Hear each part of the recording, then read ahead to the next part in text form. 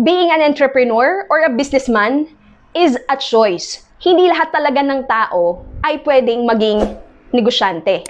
Pero lahat ng tao ay may pantay-pantay na chance para umasenso. Kamusta mga kaibigan at welcome sa ating channel na kung saan palaguin natin ang pisong pinaghirapan.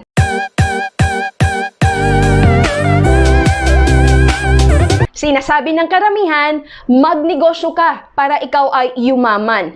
Talagang sadyang may tao na ayaw magnegosyo, ayaw magbenta, ayaw talaga kumausap ng tao. Pero syempre, hindi naman negosyo lang ang tanging paraan para umasenso or yumaman ang isang nilalang. Sabi nga, 'di ba, doon sa libro ni Robert Kiyosaki, ang Rich Dad Poor Dad, may 4 cash flow quadrant: employment, self-employed, business, and investment. So, hindi lahat ng tao magiging negosyante. Pero, kahit yung mga self-employed, di ba, yung mga nagfe-freelance, yung mga empleyado, ay maaari pa ring umasenso kahit hindi sila magnenegosyo. Paano? Yan ang pag-uusapan natin sa video na ito. Now na!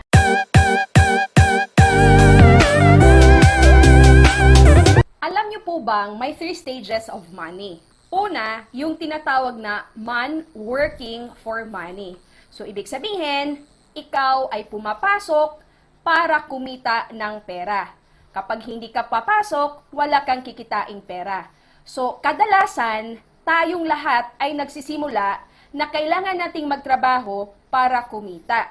And of course, there are people na ang tawag naman ay self-employed or yung mga nagfe-freelance, di ba? Na kung saan, katulad po yan ng mga doktor or ng mga kung sino-sino pang mga freelancer na kung saan kailangan nilang magtrabaho pa rin. They have to exchange time to earn money. And that income na kinikita ng mga tao na nandito sa first stage na ito ay active income. Bakit? Kasi you have to work hard to earn money. And of course, kailangan alam mo na hindi lang dapat dito manatili sa first stage na ikaw lang tao ang kailangan kumayod para kumita ng pera. Kailangan mong mapunta sa next stage, ang man and money at work. So, ibig sabihin, sa stage na ito, kapag ang isang tao pinapahalagahan niya ang kinikita niya sa kanyang trabaho, sa kanyang mga freelance na mga trabaho, 'di ba? Sa mga freelance na mga diskarte niya. So kailangan patrabahuin na rin niya ang kanyang pera para kahit na wala siyang negosyo ay maaari pa rin siyang umasenso. Paano 'yan mangyayari? Na ikaw kumikita ng pera at yung pera mo papakitain mo, you have to start by saving your hard-earned money.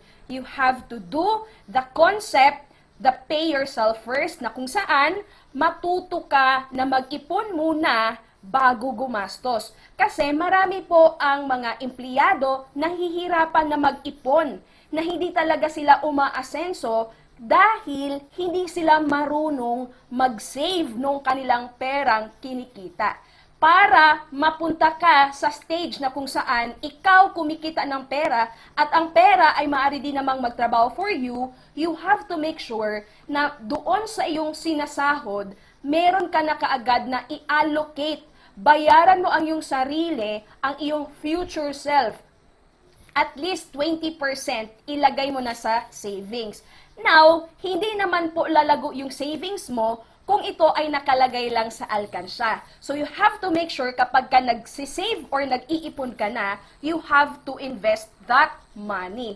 Ngayon ang tanong, saan ka mag-i-invest para ikaw na kumikita sa sahod mo, yung sahod mo iniipon at yung ipon ini-invest mo, you have to make sure na ikakalat mo to sa iba't ibang investments na maaaring lumago ang iyong pera. Halimbawa na lamang, bibili ka ng stocks, ng shares ng mga blue chip companies or sa mga tinatawag na mutual fund investment na kung saan nakikibakas ka doon sa mga blue chip companies na ito at hindi ikaw ang magmamanage kung hindi yung fund manager. So, ibig sabihin, ito yung basic na paraan para magiging kasosyo ka noong mga malalaking negosyo dito. Of course, ang initial na investment dito ay 1,000 pesos for mutual fund. So, ibig sabihin, doon sa sahod mo, meron kang nilagay na halimbawa 1,000 or 2,000 or 3,000 sa mutual fund investment. Ibig sabihin, hinayaan mo or you let your money grow in that investment instruments. Of course, meron pang mga investment na kahit empleyado ka, ay pwede ka rin namang maglagay ng iyong pera. Katulad na lamang doon sa mga tinatawag nating real estate investments, di ba? So, marami pong mga real estate investments na, kumbaga, affordable naman at maaaring mag-invest ang isang empleyado. Of course, di ba? So you have to take note lang na all of this investment ay may mga kaakibat na risk. Kaya nga, kapag ikaw po ay papasok na sa pag-invest dito, kailangan mong maintindihan muna. And of course, maaari ka ding maglagay ng pera doon sa tinatawag nating Kaiser 3-in-1 investment na kung saan meron ka ng insurance, meron ka ng healthcare, at meron ka na ring investment. So ibig sabihin, kapag ikaw ay sumasahod na, di ba? Meron ka nang nilalagay sa investment mo, maganda talaga na ito ay iyong ikinakalat. Kaya nga, kahit empleyado ka, maaari ka pa rin talagang umasenso kung hahayaan mo na yung perang kinikita mo sa iyong pagtatrabaho ay nilalagay mo rin talaga doon sa iba't ibang mga investment instruments. At ang pangatlo na stage, ito na yon. Ibig sabihin, dumating ka na sa punto na umasenso ka na kahit ikaw ay empleyado. Pera na ang nagtatrabaho for you. Yung itinanim mo na pera noong sumasahod ka pa, eto na po yung namumunga na siya. So, ibig sabihin, nangungulekta ka na lang from different investment na kung saan naglagay ka ng iyong pera. So, ito na yung tinatawag na you are now earning passive income from all of your investments. So, meron ka ng kita from your mutual fund, meron ka ng kita sa iyong Kaiser Saving Program, meron ka ng kita sa iyong mga real estate investments. So, this will happen over time. Hindi po mangyayari na ang pera ng tao ay bigla na lang kikita at lumago din ng bigla-biglaan.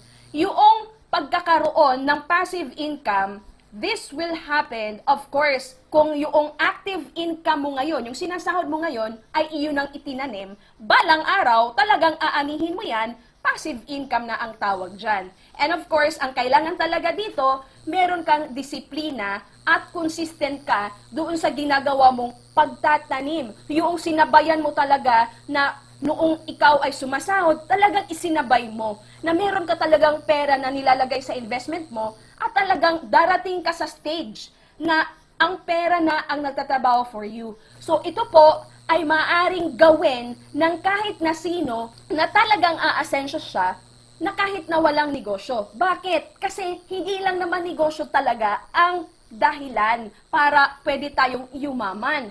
Basta, ang bawat empleyado, kung gagawin niya talaga, mag-invest siya ng panahon para matuto at yung naintindihan niya doon sa financial education, which is the best investment na gagawin ng isang tao, ng isang empleyado para umasenso, yung kaalaman, tamang kaalaman para yung kinikita niyang pera ay magtatrabaho para sa kanya. Kahit hindi ka magnegosyo, pero you let your money work for you through investing, aba, malaki ang chance. Talagang posibleng umasenso at yumaman ka rin, kaibigan. I hope you find this video informative. If you do, kindly share this video to your families and friends para sila din. Kung talagang nandun na, by choice din, magiging empleyado sila for life, but maaari pa rin sila talagang yumaman at umasenso by investing their hard-earned money. At kung nais mo pang matuto ng proper way of investing or ng financial education, maaari kitang turuan o maten ka lang sa ating free live webinar every day, 8:30 p.m. Philippine time po yan. Mag-message ka lang sa ating Facebook Messenger para mabigyan kita ng detalye. Or maaari mo kaagad na mapanood, mapag-aralan at maintindihan ang buong recorded webinar na ang link ay nasa description box below. And of course, don't forget to grab a free copy of this book at my website at www.gesaal.net. At syempre, huwag mo rin kalimutang mag-subscribe, share, and like this video. Patunugin mo na rin ang bell para ma-notify ka sa mga bagong video lessons na ina-upload natin dito sa ating channel. And oh, by the way guys, marami na tayong mga video lessons na in-upload dito sa ating channel na maaari mong balikan, mapag-aralan, maintindihan para madagdagan pa ang inyong kaalaman. Oh, di ba? Kahit walang negosyo, maaari ka pa rin talagang umasenso. Basta ang pera na kinikita mo, pinapakita mo na rin through investing. Ako po muli, si G. Isaal, na palaging magpapaalala sa inyo to live, love, invest. God bless everyone and always remember, God loves you.